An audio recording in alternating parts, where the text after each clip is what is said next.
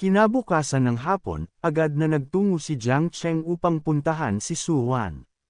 Pagdating niya sa kinaroroonan nito, magalang siyang sinalubong ni Su Wan, halatang may respeto sa kanyang pagdating. Kasabay nito, mabilis na sumakay si Su Wan sa kotse. Habang umuupo siya sa tabi, marahang nagtanong si Jiang Cheng, saan tayo pupunta? Diretsyong sagot ni Su Wan, sa Lujazui, sa Baiyu Hotel. Makalipas ang ilang sandali, narating nila ang lugar.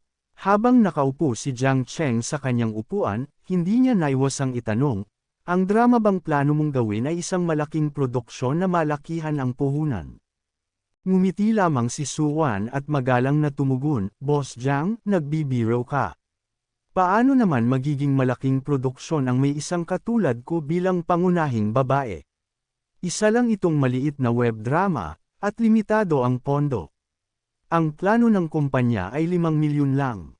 Sa narinig, biglang nawala ang interes ni Jiang Cheng. Hindi na ganoon kainit ang kanyang tono at diretsahang nagtanong na lamang, anong klaseng kalidad ng drama ang magagawa ng 5 milyon? Dito ipinaliwanag ni Su Wan ng mahinahon, kung maliit ang produksyon, mababa rin ang gastos at mabilis ang balik ng puhunan, kaya walang talo. Ang susi ay magandang kwento. Naniniwala ako na may malaking potensyal itong drama. Boss, gusto mo bang tingnan muna ang script? Ngunit agad na itinanggi ni Jiang Cheng, malamig ang tugon, hindi na kailangan iyon. Ang mahalaga lang sa akin ay ang pamumuhunan. Napatigil si Su Wan, halatang hindi makapaniwala. Kaya natanong niya ito ng may pagtataka, seryoso ka ba? Hindi mo man lang gustong makita ang script. Ngumiti lang si Jiang Cheng, inilapit ang kanyang cellphone at marahang sinabi, ayos lang. Kung nag-aalala ka, maaari ko nang ilipat sa iyo ngayon mismo ang halaga ng puhunan. Halos mapang-anga si Su Wan sa kanyang narinig. Mabilis niyang nilinaw, hindi yun ang ibig kong sabihin. Nagulat lang ako, ito pa lang ang pangalawa nating pagkikita. At sa kanyang isipan, hindi maiwasang magtanong si Su Wan sa sarili, sa lahat ng taon ko sa industriya, ngayon lang ako nakatagpo ng investor na ganito. Hindi lang ako nakakita, kahit sa balita, hindi ko pa narinig ang tulad niya. Ipinatong ni Jiang Cheng ang kanyang baba sa kamay, nag-isip sandali, at marahang sinabi kay Su Wan, pero may isa akong kondisyon, kailangan mong pumirma sa kumpanya ko bilang isang artista. Parang binuhusan ng malamig na tubig si Su Wan sa kanyang narinig. Nanlaki ang kanyang mga mata at agad siyang napatanong, gusto mo akong papirmahin? Isa lang akong semi-established na aktres, may kaunting kasikatan, pero hindi pa rin sikat. At hindi pa nga tapos ang kontrata ko. Alam mo ba iyon? Kapag pinapirma mo ako, kailangan mong bayaran ang penalty fee ko. Sa sinabi niya, bahagyang nadismaya si Jiang Cheng, ngunit hindi siya nag-atubili. Diretso niyang tugon, alam ko. Hindi problema iyon. Hindi napigilan ni Su Wan ang pamumulan ng kanyang pisngi. Sa loob-loob niya, hindi ako isang inosenteng dalaga na walang alam. Naiintindihan ko ang kasabihan, walang magpo-promote ng isang tao ng walang dahilan. Kahit na sobrang gwapo ni Ginoong Jiang, at kahit hindi naman kalugihan kung sakali, kapag pumayag ako, ibig sabihin parang natutulog lang ako sa tabi ng isang hati habang siya'y nagpo-promote sa akin. Hindi ba't isang palo, dalawang tuka iyon? Ngunit agad niyang pinutol ang sariling pag-iisip at mariing pinaalala sa sarili, hindi. Su Wan, hindi ka pwedeng tumalikod sa iyong prinsipyo. Lahat ng taong taon mong pagtitiyaga, mawawala ng kabuluhan kung bibigay ka ngayon. Kaya humarap siya kay Jiang Cheng at nagtanong ng maingat, Ginoong Jiang, may kumpanya ka ba ng entertainment? Ngumiti si Jiang Cheng at sumagot, wala pa. Pero kung papayag ka, magkakaroon agad. Sinabi sa akin ni Xiao Xiao na hindi ka binibigyang halaga sa Tiancheng Entertainment. Huwag kang mag-alala, kung ako ang pipirma sa'yo, ako ang bahala sa penalty, at ilang taon kitang bibigyang focus. Sa narinig, lalong namula ang pisngi ni Su Wan. Nahihiya pa siyang nagtanong, Boss, kung mag-i-invest ka, may mga espesyal ba itong hinihingi? Sa sandaling iyon, lumitaw ang friendliness value niya, Umabot ito sa 50 puntos. Nang makita iyon ni Jiang Cheng, hindi niya mapigil ang mapangiti. Sa isip niya, 50 puntos pa lang. Estranghero pa rin ang turing niya sa akin. Kung gagawa ako ng ganoong kahilingang lampas sa tama, tiyak hindi siya papayag. At kung papayag man siya, magiging pilit lang iyon, at wala nang saya roon. Kaya't diretsyong sinabi ni Jiang Cheng kay Suwan, huwag kang mag-alala. Basta't ikaw ay artista sa kumpanya ko, hindi ko hihilingin na magkaroon ka ng anumang hindi nararapat na kontak sa iba. Ngunit sa loob-loob niya, lihim siyang ngumisi, syempre, maliban sa akin. Labis na natuwa si Suwan sa narinig, at lalo pang namula ang kanyang pisngi. Sa kanyang isipan, sa panahong ito, bihira na ang isang kumpanya ng pamamahala na walang hinihingi kapalit pero handang mag-invest at itulak kapasikat. Ano pa ba ang dapat kong pag-isipan? Sa mismong sandaling iyon, muling tumaas ang kanyang friendliness value. Umabot na ito ngayon sa 60 puntos. Hindi na siya nag-atubili at nagtanong kay Jiang Cheng, Ginoong Jiang, kailan mo balak na papirmahin ako? Pwede ko na bang tawagin kang Boss Jiang mula ngayon? Ngumiti si Jiang Cheng at marahang tumugon, Boss. Ang layo naman ng tunog. Paano kung kuya na lang? Nagulat si Suwan at napatanong, Kuya, bakit naman nakatatandang kapatid? Gaano ka na ba katanda? Ngumiti si Jiang Cheng, 20 pa lang ako. Napakunot ang noo ni Suwan, halatang nagtataka, 20. Ang tanda mo na, hindi ba't sabi nila nagsisimula ka pa lang sa universidad? Dapat mga 18 ka pa lang, hindi 20. Bahagyang natawa si Jiang Cheng at sagot niya, iyon pala ang ibig mong sabihin, edad. Akala ko. Ngunit bago pa niya matapos ang kanyang paliwanag, agad nang sumabat si Suwan at pabirong tinawag siya, Wow, boss, ang tuso mo talaga. Pagdating ng mga pagkain, ngumiti si Suwan at magalang na sinabi, Boss, ako na ang taya sa pagkain na ito. Talagang nagpapasalamat ako sa tulong mo. Ngunit kalmado lang ang tugon ni Jiang Cheng, kung gusto mong ipakita ang pasasalamat mo, pagbutihin mo na lang ang pag-arte. Ang maging isang hit, iyon na ang pinakamagandang balik sa investment ko. Masigla namang sumagot si Suwan, huwag kang mag-alala, boss. Sisiguraduhin kong gagalingan ko. Sa mismong sandaling iyon, biglang nag-pop up ang sistema. Congratulations, host, you've obtained Suwan's signing intent. Task reward distributed, virtual currency, 20% shares of Hengcheng Investment Company. Sinundan pa ito ng paalala. Note 1, lahat ng pondo ng host ay dadaan na sa Hengcheng Investment bilang lehitimong source of funds. Note 2, itinala ng system na bumili ang host ng shares mula pa noong itinatayo ang kumpanya. Lahat ng dokumento ay legal at maaaring ipakita. Special reminder, bisitahin ang headquarters ng Hengcheng para sa karagdagang gantimpala. Sa nabasa niya, napangiti si Jiang Cheng at naisip, ang sistema talaga, napakamaalaga. Ngayon may maipapaliwanag na ako sa biglaang pagyaman ko. Sa lahat ng rewards, ito na siguro ang pinakamahalaga. Habang kumakain, kinuha niya ang kanyang cellphone. Mas mabuti na ipaalam ko agad kay mama at papa. Para pag-uwi ko, hindi na mahirap ipaliwanag kung bakit bigla akong naging mayaman. Saktong tumawag ang kanyang ama. Sinagot niya agad ito, Papa, may problema ba? Ngunit masaya ang tono sa kabilang linya. Anak, ang galing mo talagang pumili ng investment. Ang bilis lumaki ng Hengcheng Investment. Siguro tambak na ang pera mo ngayon. Umiling si Jiang Cheng at sagot niya, siguro nasa 600,000 ang monthly dividends ko. Kahit ako, hindi ko inasahan. Sa narinig, halos mapasigaw sa tuwa ang kanyang ina habang naglulandag, 600,000 kada buwan. Ibig sabihin, higit 7 milyon kada taon. Old Jiang, nalampasan ka na ng anak mo. Napatawa lang ang ama at sabi, swerteng bata lang iyan. Hindi pa rin mapigilan ng ina. Naku, tigilan mo ang pagpapanggap. Sino ba ang nagyayabang sa mga kaibigan na ang anak nila'y napaka-successful? Natawa si Jiang Cheng at biglang naalala, oo nga pala, Mama, Papa, may gusto ba kayong regalo? May iuwi ako para sa inyo. Magaan ang sagot ng kanyang ama, wala na iyon, anak. Masaya na kami na naisip mo kami. Pero tandaan mo, manatili kang mapagpakumbaba. Simula pa lang ito, huwag kang palamon sa yabang, naiintindihan. Agad namang sagot ni Jiang Cheng, opo, Papa. May kikinig ako. Pagkababa ng tawag, lumingon siya kay Suwan at nagtanong, maaga pa. Gusto mo bang sumama sa akin mag-shopping?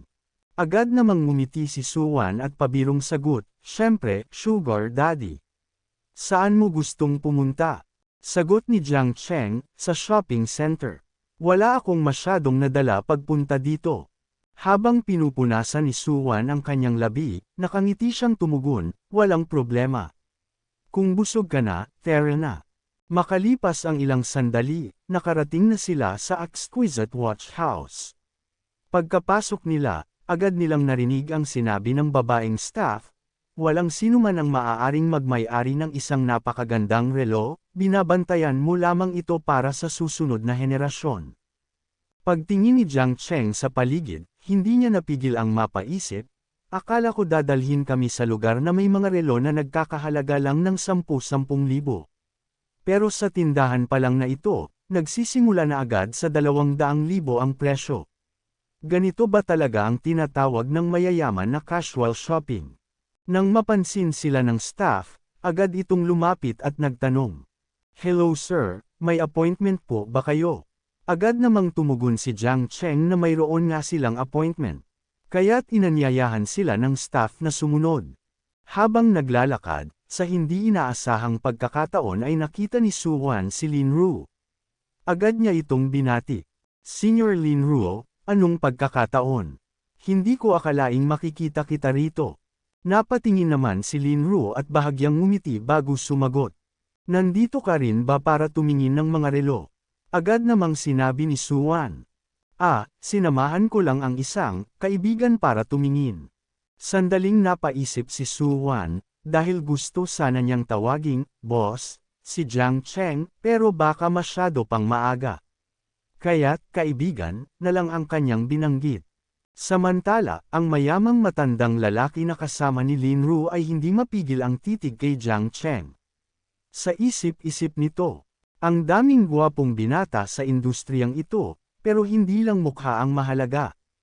Ang yaman at ari-arian ang tunay na sukatan. At itong kasamang babae, napakaganda. Talagang ang ng talento ang showbiz. Sa sandaling iyon, biglang lumabas ang status window ni Lin Ru. Pangalan, Lin Ru. Edad, 27. Taas, 165 cm. Appearance, 70.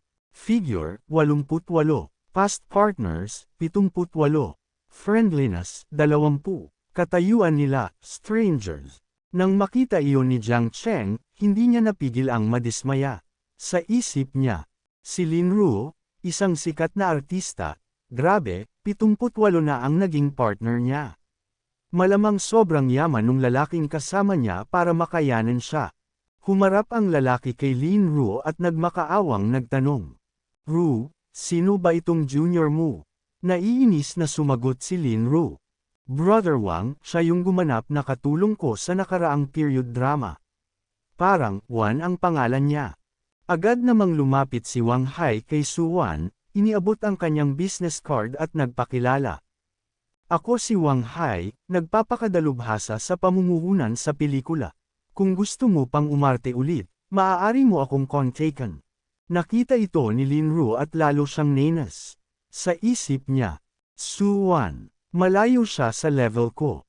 Ako, sinasama ng mga investor para mamili ng relo.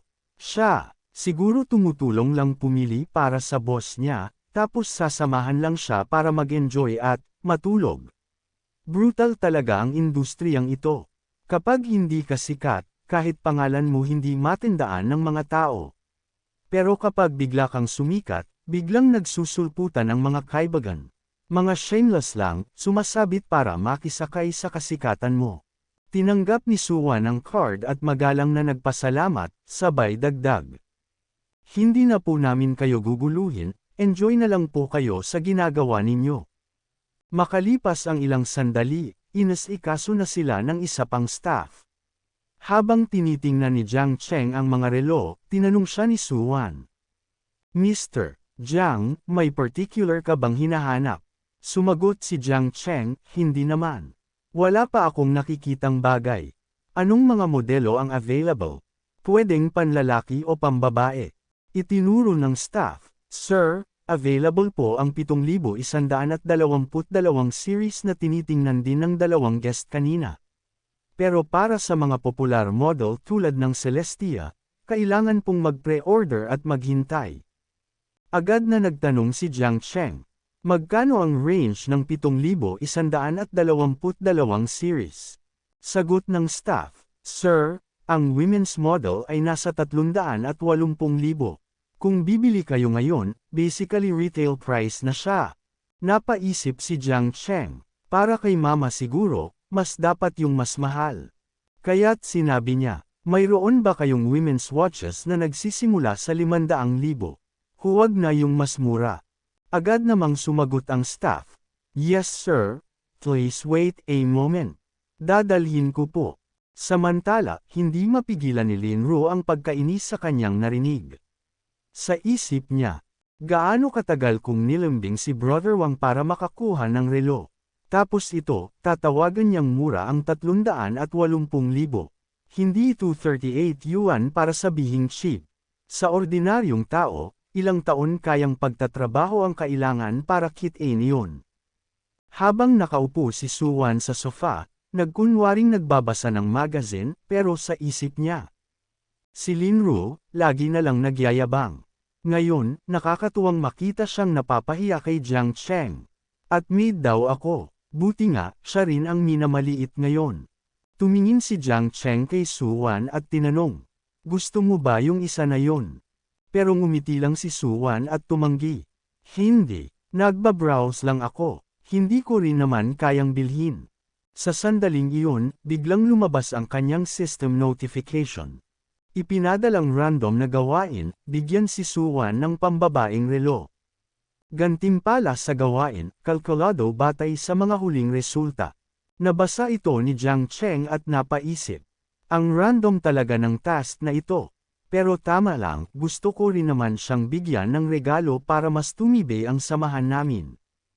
Kaya't sinabi niya kay Suwan, kung gusto mo, ibibigay ko sa'yo. Agad namang umiling si Suwan. Absolutely not. Ako na lang bibili kapag kumita ako ng pera. Nakita ito ni Lin Ru at mas lalo siyang nenas. Sa isip niya, ano ba tong dalawa? Nagpapakita lang ng eksena. Sinasadyang may giabangan. Tingnan ko na lang kung hindi talaga sila bibili. Dahil kung nagkunwari lang silang tumingin, siguradong mapapahiya sila mamaya. Makalipas ang ilang sandali, dumating na ang staff dala ang mga mamahaling relo. Lumapit ito kay Jiang Cheng at magalang na nagsabi, Mr. Jiang, napakaganda ng mga modelong ito. Hayaan niyo po akong isuot sa inyo para masubukan. Agad niyang isinuot ang relo kay Jiang Cheng, at kitang-kita kung gaano ito bumagay sa kanya. Tuwang-tuwa si Jiang Cheng, kaya't itinaas niya ang kamay at ipinakita kay Suwan. Sabay tanong niya, ano sa tingin mo? Bagay ba? Ngumiti si Suwan at masayang sumagot, okay lang. Ngunit may idinagdag si Jiang Cheng pero medyo maluwag siya. Doon ay kusa nang lumapit si Suwan, hinawakan ang relo at nagsabi, hayaan mo, aayusin ko. Higpitan ko ng kaunti para sakto sayo. Kaagad namang sumagot si Jiang Cheng, mas mahigpit mas maganda. I like it tighter.